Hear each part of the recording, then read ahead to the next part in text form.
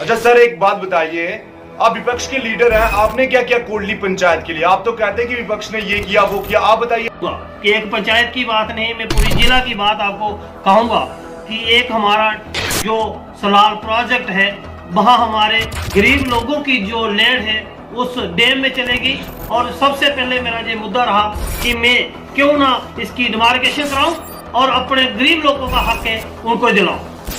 आप कहते हैं कि यहाँ पे इतना ज्यादा रोजगार है, रेत है यहाँ पे है, आप कहते हैं रोजगार है, फिर आप उल्टी यही बात कहते हैं कि यहाँ पे कुछ हो ही नहीं, यहाँ पे कुछ हो ही नहीं रहा। आपकी बाढ़ में रेत है सर, और आप कहते हैं कि वहाँ पे हमें कुछ नहीं मिल रहा, हमारे रोड बेकार हैं। फिर आपने इंक्वायरी क्यों नहीं बैठाई? आप कहते हैं साल का CSR का पैसा पंचायतों में लगता है, लेकिन फिर उसके लिए आपने इंक्वायरी क्यों नहीं बैठाई? आपने क्यों नहीं किसी को बोला, क्यों नहीं एडमिनिस्ट्रेशन के पास गया? मैंने अपनी टीम के साथ, जो हमारी युवा की टीम थी, मैंने कोशिश की कि हमारे ही पंचायत के अंदर 2 ब्लॉक हैं, मैं अपने युवा के साथ मिलकर ये एक रोजगार खोलना चाहता था कि वहां से जो हमारा कुछ जो रेवेन्यू है वो इकट्ठा हो और अपनी ही पंचायत में डेवलपमेंट के लिए लगाया जाए। हमारी वार्ड नंबर 5 के बीच अभी तक कोई मंदिर तक नहीं, और हम चाहते थे कि ये रेवेन्यू कुछ इकट्ठा हो, वहां पे एक मंदिर बनाया जाए। लेकिन हमारे जो नुमाइंदे थे उनकी वजह से वो खुद हमें लिख के देते हैं कि इनका रेवेन्यू इकट्ठा किया जाए, और जब ये शुरू होता है दूसरे दिन पुलिस की मिली भगती से ये बंद करवा देते हैं। माइनिंग के जो हमारे CSR का पैसा है, एक ब्लॉक में 2,60,000 रुपया और दूसरे ब्लॉक से 5,75,000 रुपया जो CSR का पैसा है हमारी पंचायत के लिए है। मगर हमें आज तक पता नहीं चला कि ये CSR का पैसा हमारी ग्राउंड पे क्यों नहीं लग रहा। तो मैं ये जरूर चाहूंगा कि हम कोशिश करते हैं कि हम युवा को साथ लेके अपनी पंचायत की डेवलपमेंट कराएं, लेकिन जो जहाँ के नुमाइंदे हैं वो किसी ना किसी प्लान में हमें खुद अपने एक सर्टिफिकेट देते हैं और दूसरे दिन ही पुलिस के माध्यम से हमें अंदर कराने की साजिश की जाती है। आवास योजना के जो मकान आप कह रहे हैं, आसपास के एरियाज में हमने देखे कि सब मकान बना के रह रहे हैं, लेकिन आप कहते हैं कि हमारी पंचायत में मकान ही नहीं आए। आप अब कहते हैं कि हम मकान आ रहे हैं, लेकिन इससे पहले आप कहाँ थे, या फिर यहाँ के मुखिया कहाँ थे? क्यों नहीं वो मकान आ पा रहे थे? आपने क्यों नहीं उस पर इंक्वायरी बिठाई? आपकी भी गलती है सर, आप बताइए क्यों नहीं इंक्वायरी बिठाई आपने? हमारे आर और पार की जितनी भी पंचायतें हैं, वहाँ आवास योजना के मकान दिन प्रतिदिन काम पे लगे हैं और कुछ मकान बन चुके हैं। लेकिन हमारी कोटली पंचायत के नाकाम जो नेता, जहाँ के जो पंचिस या सरपंचिस कुछ लोग हैं, उनकी नाकामी से आज तक जहाँ पे मकान नहीं बन पाए। मैंने आपको पहले ही बोल दिया कि जल्दी से जल्दी 15 दिन के अंदर हमारे जो आवास योजना के मकान हैं जहाँ पे शुरू हो जाएंगे, वरना जो बाकी के लोग हैं उनकी भी मैं लिस्टें लेकर आगे एडमिनिस्ट्रेशन के पास पहुंचाऊंगा। मेरी बात हो चुकी है और मैं पूरे विश्वास के साथ आपको यकीन दिलाना चाहूंगा कि अगर 15 दिन के अंदर ये काम शुरू हो जाता है तो आपको पूर्ण विश्वास हो जाएगा कि आगे वाले काम भी, हमारे जो मकान है, जल्दी से जल्दी बनने तैयार हो जाए। आप ये बात कहते हैं कि NHPC की यहाँ पे बिजली तैयार हो रही है, यहीं पे हमारे डिस्ट्रिक्ट के अंदर, सलाल के अंदर, सलाल के नाम पे उसका नाम है NHPC का, डैम का। तो आप कहते हैं कि बिजली बाहर जा रही है यहाँ से, तो यहाँ बिजली क्यों नहीं दे पा रहे? सर आप अभी कह रहे हैं मैंने यहाँ पे उनसे मिलके बिजली के लिए बोला, अभी लाइट यहाँ पे आ रही है, लेकिन इससे पहले जो लीडर्स थे, हमारे मुखिया थे, वो क्यों नहीं बोले इस आवाज पे? क्यों नहीं उन्हें आवाज उठाई? वहां पे कितने लोगों की जमीनें गई हैं डैम के पास, उनको आज तक पैसा ना मिल पाया। आज आप कहते हैं मैं एडमिनिस्ट्रेशन को लेके दे रहा हूँ कि इनको पैसे दो, यहाँ पे ये दो, बिजली दो। तो सर बात एक बताइए, आप इलेक्शन के लिए ये चीज कर रहे हैं, या फिर आपकी सोच में पहले से था, या फिर यहाँ के मुखिया ने पहले क्यों नहीं किया, यहाँ के एडमिनिस्ट्रेशन ने ऐसा क्यों नहीं किया? हमारी एक बात NHPC सलाल के माध्यम में भी हुई।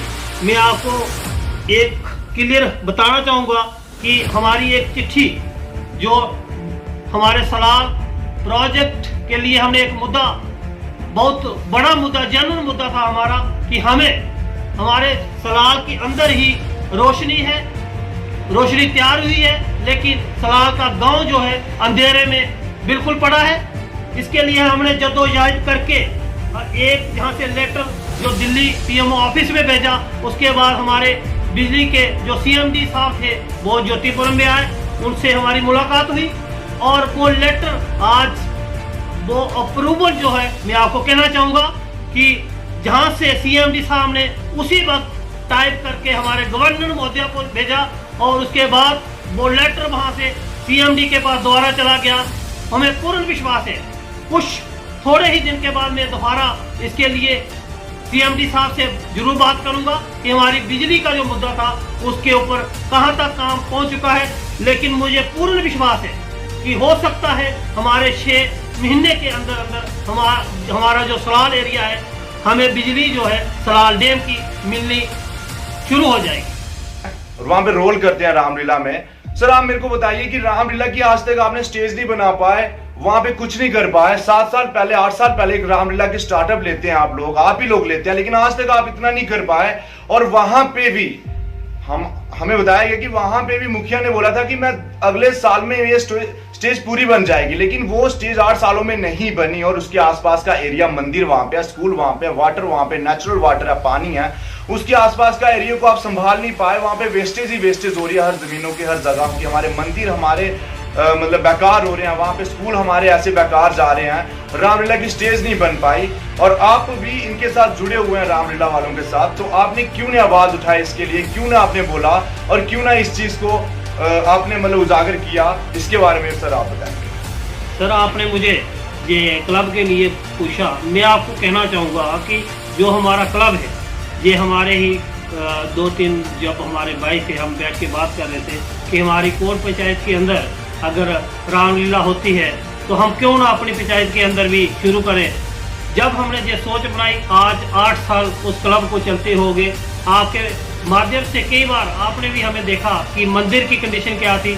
हमने सब युवा ने मिलकर मंदिर की दीवारें जो बनाई। उसके बाद अब जो क्लब की बात, हमारे जो नुमाइंदा लोग थे वो कहते थे कि हम छत डाल के देंगे, लेकिन आज तक वो लोग एक राम भक्त होने के नाते भी वहां काम नहीं कर पाए।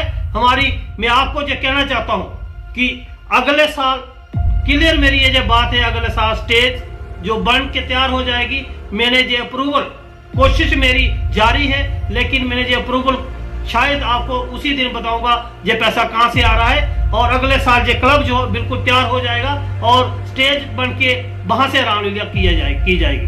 क्लब के आसपास आपने देखा है कि नीचे की ग्राउंड की हालत क्या है, वहाँ कोई बाथरूम जो होना चाहिए वो नहीं। अब जो वहाँ पे जग हुआ करते हैं मंदिर के अंदर, आपने देखा होगा कि आज वहाँ छोटा सा हमने एक छत बनाया है, वहाँ बर्तन रखे जाते हैं, वहाँ पे खाना बनाया जाता है, चाहे बारिश हो चाहे धूप हो। लेकिन जहाँ के जो नेता थे, जहाँ के जो नुमाइंदे थे, हमें बताएं आज तक उन्होंने वहाँ 1 रुपया उस शेड के लिए दिया या मंदिर के लिए दिया। क्या इन लोगों को सिर्फ वोट की राजनीति ही करनी है? क्या गांव के लिए जो डेवलपमेंट की चीजें हैं वो साइड पे रख के बैठ जाते हैं? इसलिए इन लोगों को चुना जाता है। मंदिर के पास हमारा जो पानी आप देखते हैं कितना अच्छा पानी है। और मैं आपको ये कहना चाहूंगा कि जो पानी है, बार बार हम इधर देखते हैं कि कितना पानी हमारा जो वेस्ट हो रहा है। इसके लिए हमारा कोई भी टूरिज्म सेक्टर का कोई हमारी बात सुनता है वो वहां पे जहां पर आए और इस पानी को अगर स्टोर किया जाए, जहां की जो दोनों पंचायतें हैं, इसी पानी से हर घर में नल का जो है दिन प्रतिदिन कम से कम 4 घंटे पानी हर मोहल्ले में, हर घर में पहुंच सकता है। लेकिन जो जहां की कमजोर, तो जहां की बिल्कुल नालायक जो लीडरशिप थी, जहां के पंचायत के जो नुमाइंदे थे, उनकी कमजोरी आपके सामने है। कुछ दिन पहले इन्होंने रिजाइन दे दिया था कि हम पंचायतों के काम को नहीं करवा सकते, लेकिन इनकी हालत इतनी खराब हो गई कि दोबारा इन्होंने मिली भक्ति से अपने रिजाइन को वापस लिया। यहाँ के जो मुखिया लोग हैं वो कहते हैं कि स्कीमें नहीं आ रही, स्कीमें नहीं आती, ऊपर से नरेगा की कोई स्कीमें नहीं है, कोई भी डिपार्टमेंट से कोई स्कीम नहीं आ रही। तो सर आप मेरे को बताइए, आपने कितनी स्कीमें लाई यहाँ पंचायत में? आप अगर हार गए मुखिया, इसका मतलब ये नहीं कि आप कोई स्कीमों पे नहीं आएंगे, आप कोई स्कीमें नहीं लाएंगे, मतलब हक आपका भी बनता है, क्योंकि वोटिंग आपको फिर से लेनी है, फिर से इलेक्शन में आपको आना है। लेकिन आपने क्या क्या स्कीमें लाई यहाँ पे पंचायत में, आप हमें बताइए सर।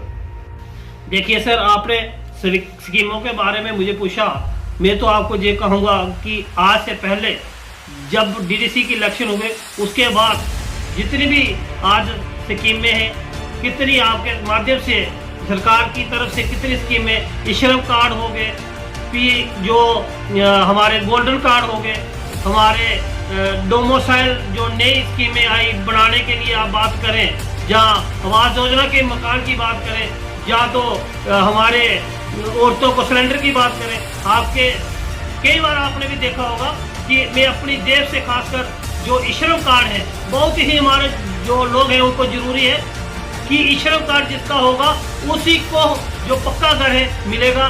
सबसे पहले अपनी पंचायत को मैंने जितना हो सकता था घर जाकर हमारे जो लोग हैं उनको जो स्कीमें बताई, और मुझे लगता है कि 80% जो लोग हैं हमारी जो स्कीमें हैं, जो जरूरी वाली स्कीमें हैं, जैसे गोल्डन कार्ड हो गया, जहां 99% हमारी दोनों पंचायतों को लोगों ने जो कार्ड है बना चुके हैं। मैं यही चाहूँगा कि जे लोग जो थे वो कहाँ हैं, एक बार बताएं, किसी मीडिया के माध्यम से ये बात अपनी रखे। अगर इन लोगों ने कोई काम किए हैं, आपके माध्यम से जो जरूर कहूँगा कि जे निकम्मे लोग हैं इनसे थोड़ा दूर रहिए, हमारी जनता जो गुमराह होती है इनसे बचिए।